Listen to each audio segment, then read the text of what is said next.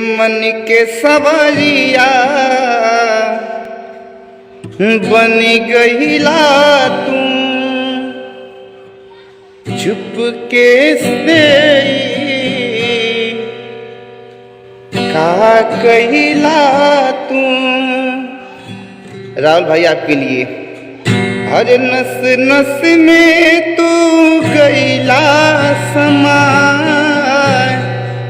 हर की डाल देला परेशानी में गजब के। अरे रोगी धरा दिहला